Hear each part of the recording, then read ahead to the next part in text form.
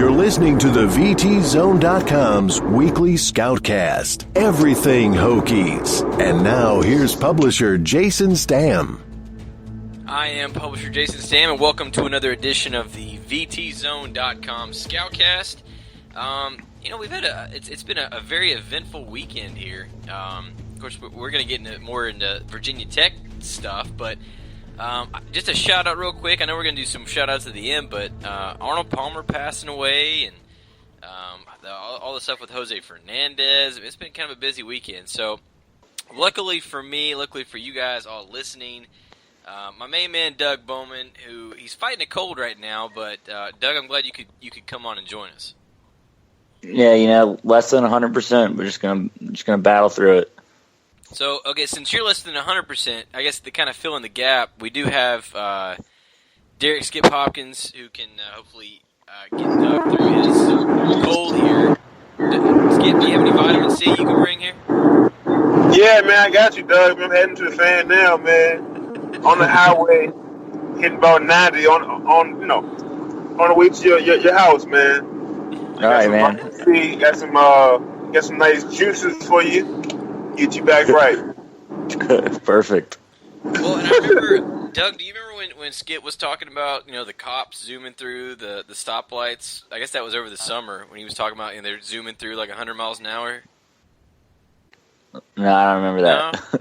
Well, Skip, he even did his impersonation of the police sirens coming through. So, Skip, do you have a siren, or are you kind of, I don't know, doing a little grand theft here?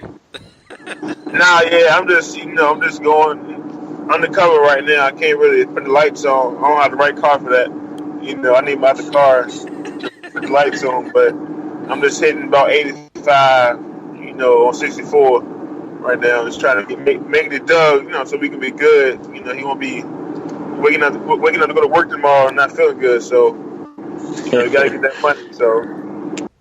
Oh, so Doug, you can rest easy knowing Skip's on the way with his assortment of juices. Thank God. I got you, man. I got you. Start with the juice man. Skip the juice man. I like it. There it is. Well, Doug, I mean, football-wise, pretty big weekend for Virginia Tech. It's 2 weeks in a row now. We've had blowout, dominating games. And what was your takeaway from this weekend? 54-17, Virginia Tech. A little more we can kind of harp on, I guess, than the weekend before against Boston College. But overall, what did you think?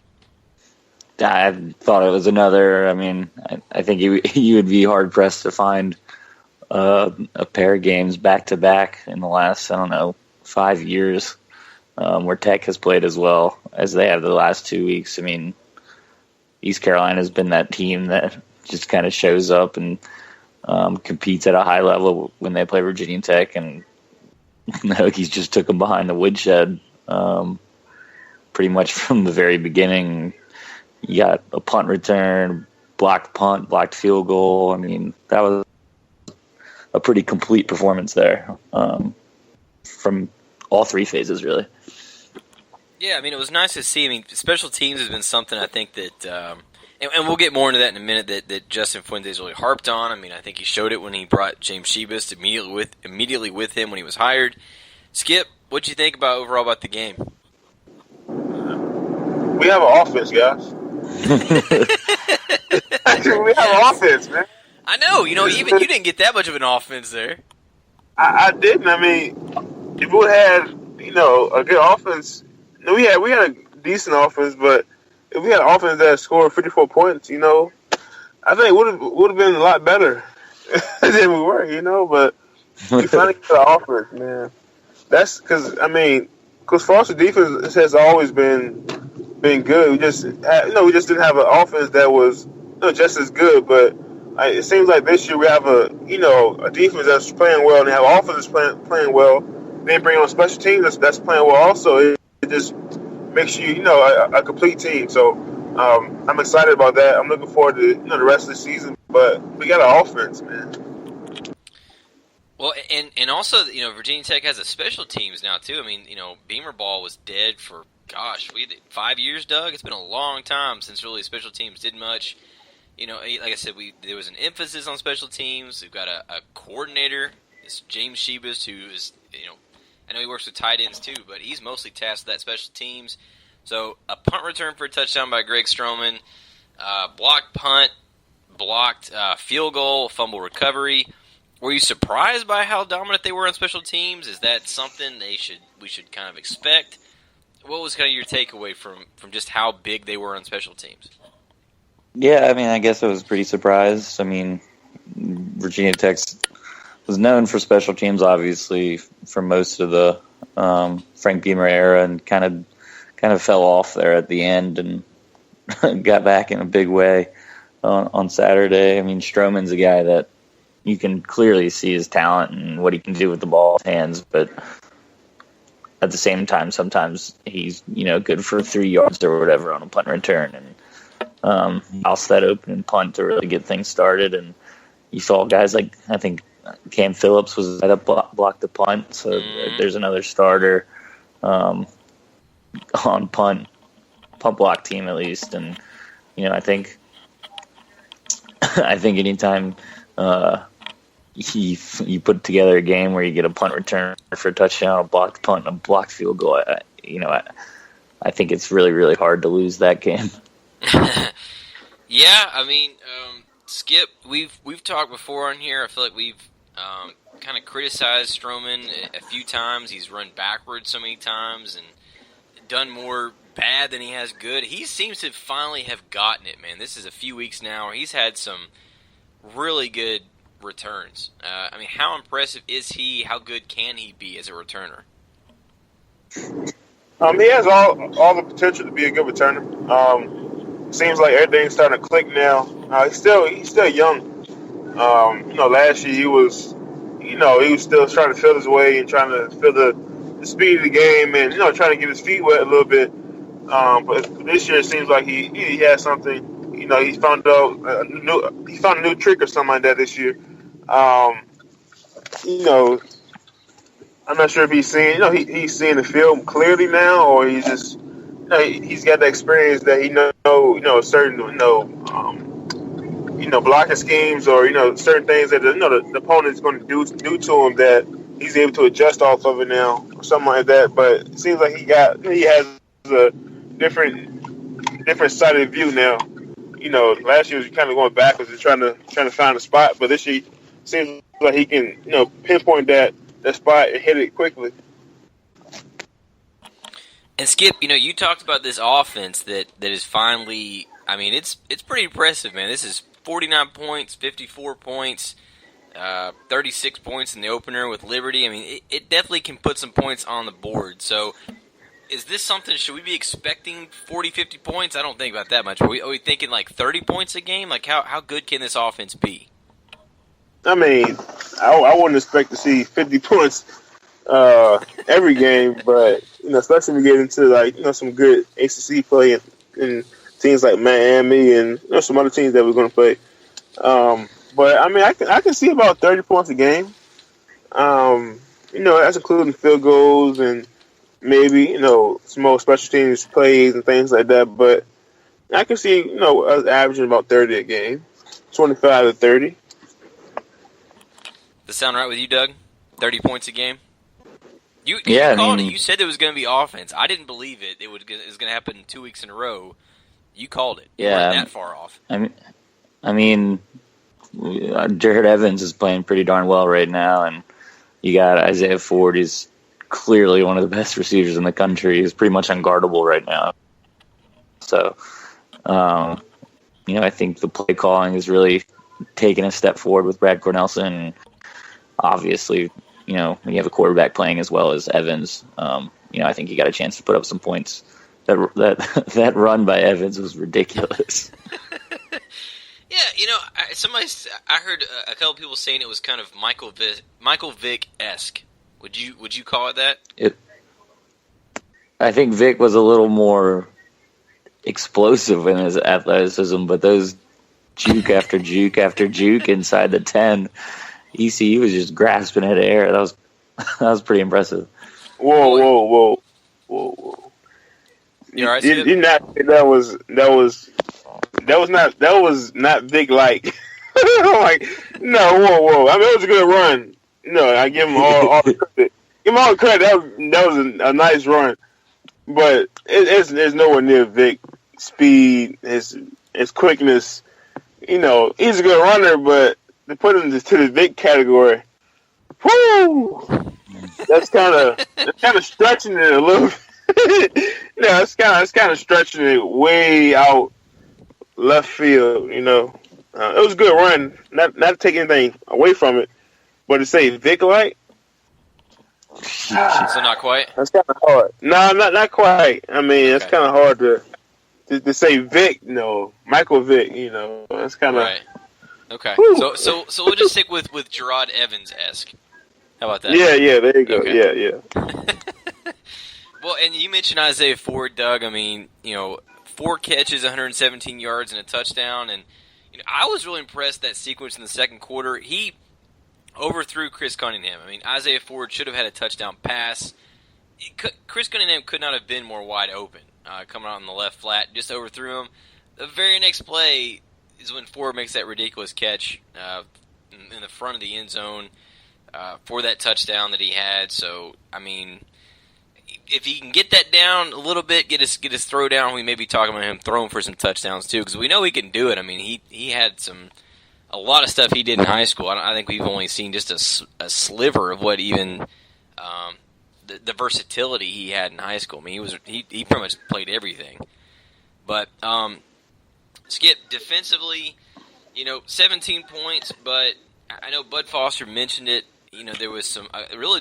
It came down to, I guess, 2 really big plays. I mean, that play, first play of the second half, and then another play later in the quarter that really was the only reason why ECU really did much. That first half they did nothing. So I guess kind of keeping that in mind, do you throw that out? Like, how would you grade the defense overall, Skip? I think they played well. You can't give up big plays. You said 2 plays kind of gave them a little life, but 17 points when you have offense that's clicking and offense that's scoring. I mean, that's not too bad. I know Coach Foster, would love to take that back, and have take those, cut it in half, and it'll be 54 to 8 or whatever the case may be. But 70 points isn't bad compared to 50 points. So it's always things to correct. Especially when play is starting, it's going to begin to pick up and get a little tougher. So definitely got to correct those mistakes and errors. But I think they played well. They've been playing well since the season started. Even with Tennessee, they played well. The turnovers kind of hurt them, but I think defense as a whole has been playing pretty good. What do you think, Doug? I mean, 443 yards of offense for East Carolina. But again, most of that came on those 2 plays. But still, I don't know how much can you, I guess, get on the defense for kind of, not coming up on those 2 big plays. Yeah, I don't think those 2 big plays were that big a deal. I mean, they were up 38-0. The game was. I'm just saying, kind of going forward, though. I mean, when they start playing UNC, who also has a pretty good offense, I mean, is that something to be worried about? I don't know. I don't know how much of it was. I mean, due to the fact that the game was so lopsided, and you might lose concentration or whatnot at one point or the other. But they went 6 quarters without giving up a point. So I think they're in good. I think they're in good shape going into North Carolina in 2 weeks. I'm just so impressed with Tremaine Edmonds. I just think that guy is such a beast of a player. I mean, he had nine tackles.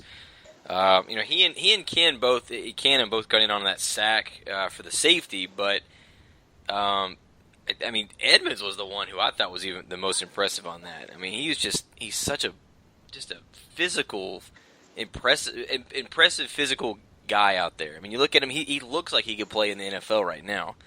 But a week we were talking about they had no sacks last week.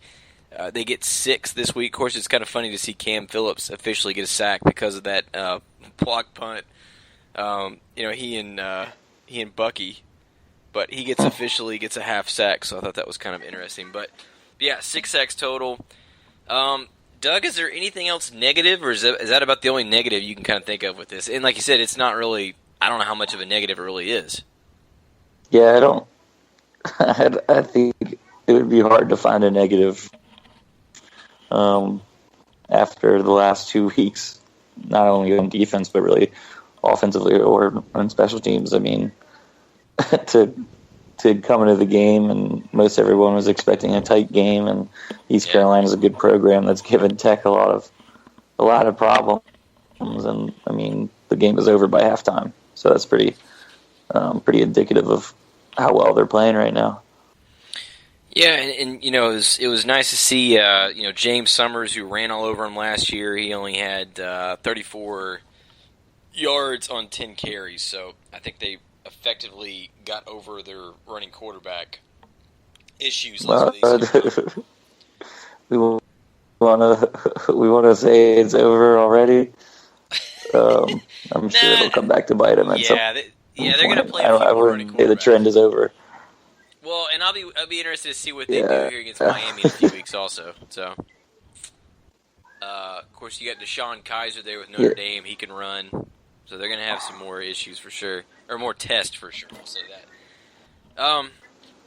Doug, or I guess I'll get your take first. I mean, I don't know if you all saw that the AP and coaches polls both were released today. Of course, Virginia Tech not in there yet, but at least on the AP side, only had 4 teams ahead of them getting in the polls. So if they beat North Carolina here in 2 weeks, I guess that means they'd be ranked, right? Yeah, I think for sure. I mean, Carolina, they play Florida State next week, I think. Florida State. Mm-hmm. So yeah, if Florida State pulls off that win if Carolina beats Florida State next week, then that game October 8th in Chapel Hill, that'd be a good win a good opportunity to get a win for Virginia Tech. Well, I will say that, I don't look too far ahead, but that game, the next home game, is looking like a very large, important game, especially with the division implications with Miami coming in. Of course, they got to take care of business with UNC first, but definitely going to have a very good opportunity against Miami. So, Skip, I want to kind of get your take, though, on... game. Yeah, Skip, I want to get your take on the bye week. We know there's going to be a bye week. Everybody gets a bye week. But 4 games in, I guess it's a little early this year, just kind of the way the schedule happened to play out. But is there any worry that they've got so much momentum right now? You talked about that offense. Is there any worry that the bye week may kind of interfere with that and throw them off that momentum? Honestly, it probably won't, but at the same time, it could possibly slow the momentum down. Depends on how that their practice goes. I know when they played Tennessee, a lot of them said the practice wasn't good, and they wanted to correct Tuesday, Wednesday practice, whatever they was talking about. If they continue to have good practices, have good fast, intense practices, then all that momentum is still going to be there. During the bad week. So, it shouldn't, but it also has a possibility to kind of slow them down if they have bad practices. But as long as they have good, intentional, fast-paced, high intense, practices and stuff like that, then they should be fine. So, Skip, just from experience, man, I mean, when you guys had the bye week, I mean, did you have to make any adjustments? I mean, because you kind of get yourself used to playing every Saturday, or at least every week. I mean, how did you all treat the bye week? I can't remember. I'm trying to remember. We practiced 3 days out the week, and then I think I came home for the weekend, and then you come back Sunday night. Honestly, it's just like a rest week for you. catch up on schoolwork and, make sure all your school is going good, everything's, caught up, and make sure if you got like a nagging injury, get some treatment, make sure that's healthy, by the time you come back, but by the time you play next week.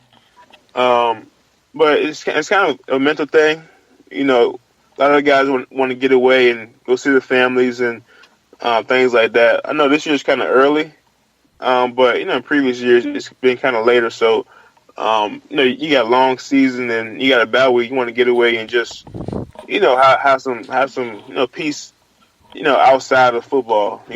So it's good sometimes just to get away and come back. Refocus and regenerate it. So, yeah. So, Doug, how are you treating the bye week? How am I going to treat the bye week? Uh-huh. I'll probably rest up and just make sure I'm ready to go 100% for the next podcast. for the next podcast. Yeah. Okay. Yeah, get some vitamin C in you. Some vitamin C, and orange juice. Got some fresh juices for you. Get you right. Yeah, you gotta stay hydrated. You don't want to lose that game shape. You want to be able to come back and be ready to rock. Yeah, man. You gotta stay hydrated. You gotta run some miles. Go outside and run some miles tonight. Well, it will be interesting to see how they come back. Hopefully, you gotta hope they come back, just as impressive after this bye week. I guess the biggest point, or at least what you hope you get out of it, is to kind of refine a few things. And obviously they got 2 weeks to prepare for North Carolina, but to get guys rested, I know they got a few guys kind of banged up.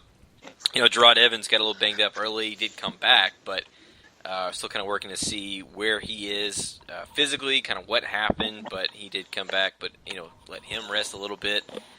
But Doug, on the recruiting side, it's been pretty busy the last few days. They had a lot of visitors come in, basketball and football.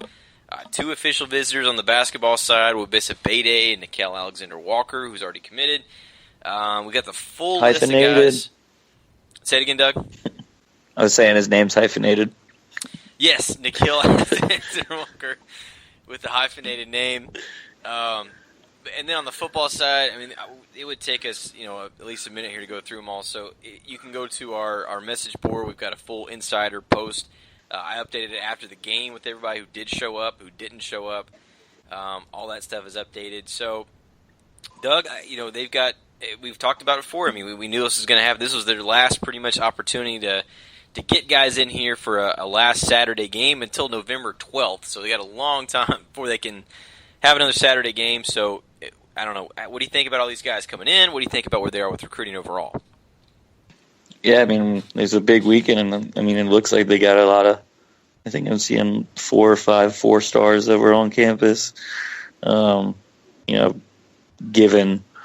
that it's the last Saturday home game until November, really. I think it just like last week against Boston College. I don't think you could ask for a better performance for a big recruiting weekend. So we'll see if they can kind of close. I think that's the other big thing with the bye week is it gives the coaches a chance to really get on the road and recruit and go visit these guys at high schools. And probably I'm sure you'll see them at a bunch of games on Friday night. So that's the other, I guess, advantage of having the bye week right now. Well, and I'm thinking, they're at games every Friday. Well, most of them are every Friday, but there's a lot of guys that play on Saturdays. So I think this gives them a chance, obviously, to go see some of these Saturday games. I would expect them to at least to hit up some more. We may see another few offers come out next weekend after they see some of these games. But I wasn't expecting anybody to commit after this weekend. I know everybody else would love to see some of these guys commit, but you got guys like Rick Sandage, for instance, who's a big-time guy who, just posted our insider on him last night. It was his first visit to Virginia Tech, so you're not really expecting a lot out of a guy like that, this early. But basketball-wise, we'll see where they are with Bede, man. That'll be huge to get a kid like that, 4-star point guard, to really kind of spearhead where they are with the class right now. So, Skip, give us an update on the Springers, man. What's good with the Springers? The Springers won this past Friday. We played Armstrong. We won 73-0. We came back strong after coming off the bye week. So we're looking forward to Atley this week, and they have some good. They have a good team, have some good players on their squad. So we look forward to playing them Fridays. So how'd our boy Makai look on Friday? He didn't play much. This was up like 36-0 in the second quarter. So, he looked good for this first couple series. He was in there. Then all the starters came out. So, he had the backups played a lot. The 2s and 3s played a lot this past Friday. So, is Armstrong that bad? I mean, 73-0. My gosh.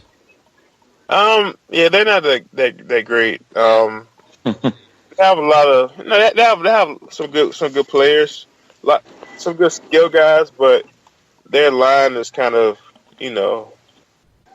not non-existent, really. Yeah, a little rough. It's a little rough.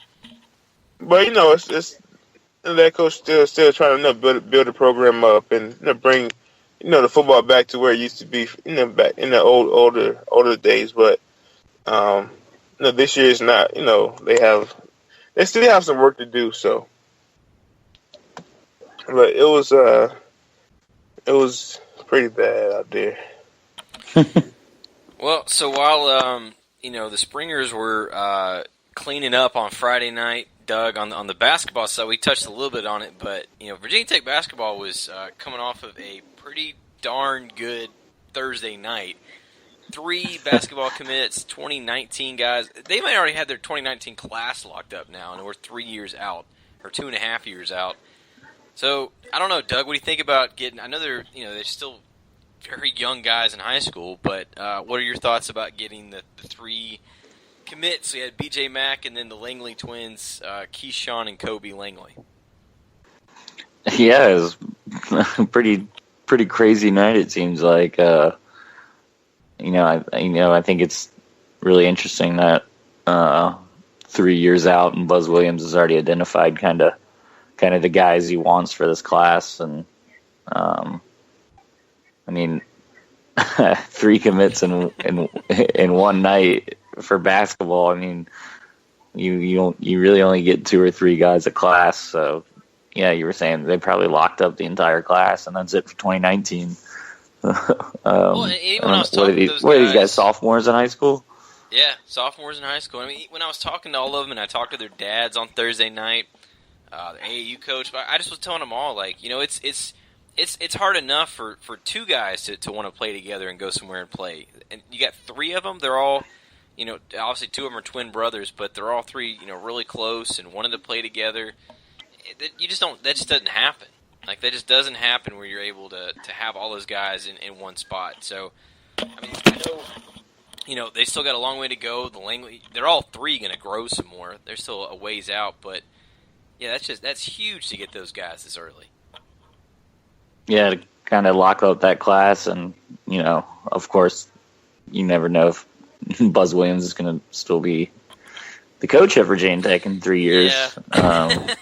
So, but I mean, as long as he's getting paid by Virginia Tech, it's good to see him kind of lock up his guys going forward. I guess they're still trying to find. I don't know what they're going to do the 2 years, 2017 and 2018, but 2019's all set.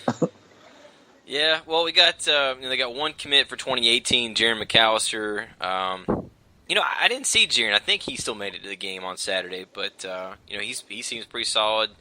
Obviously, they got some more room in 2018 class, but yeah, it's unreal to get 3 guys 3 years out in one class. So,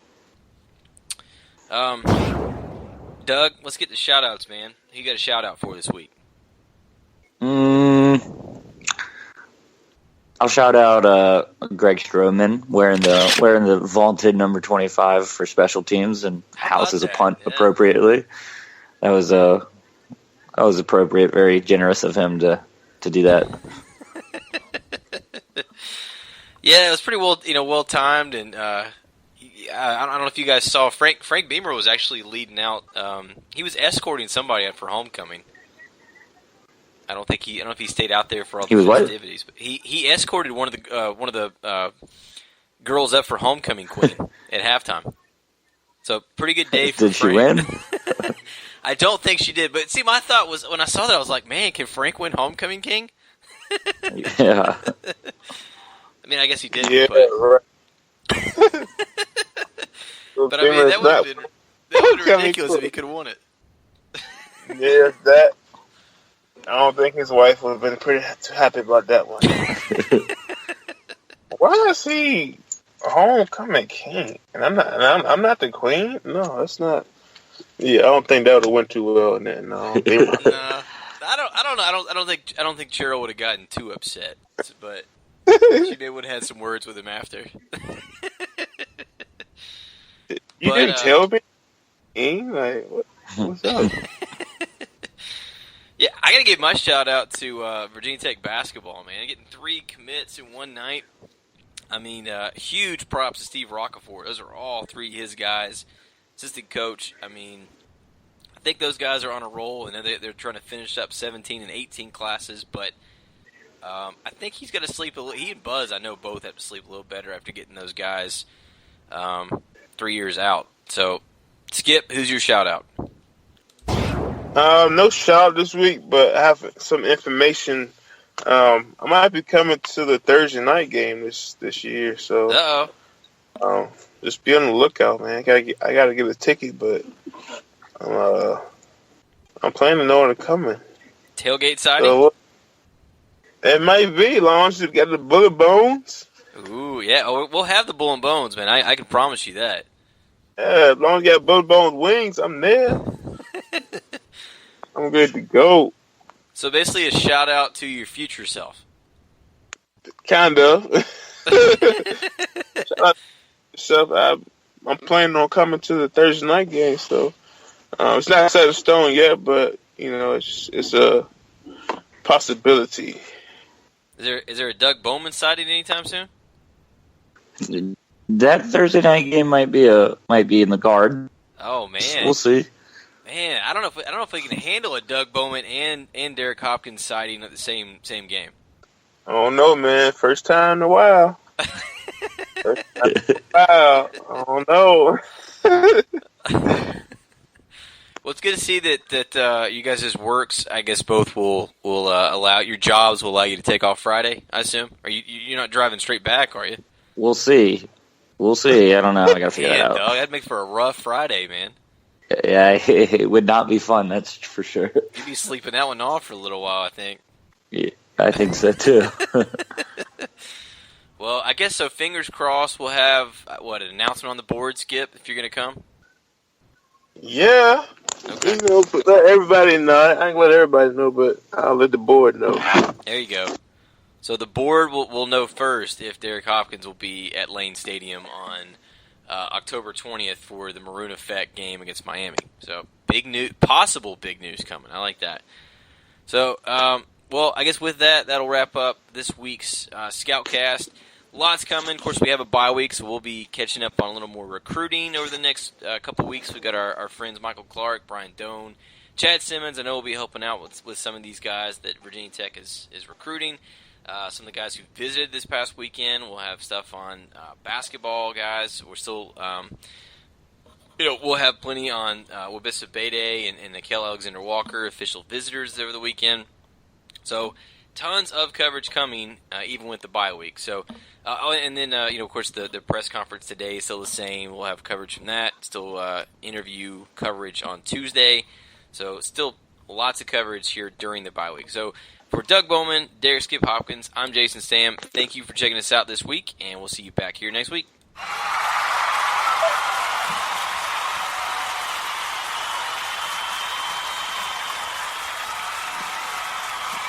Woo!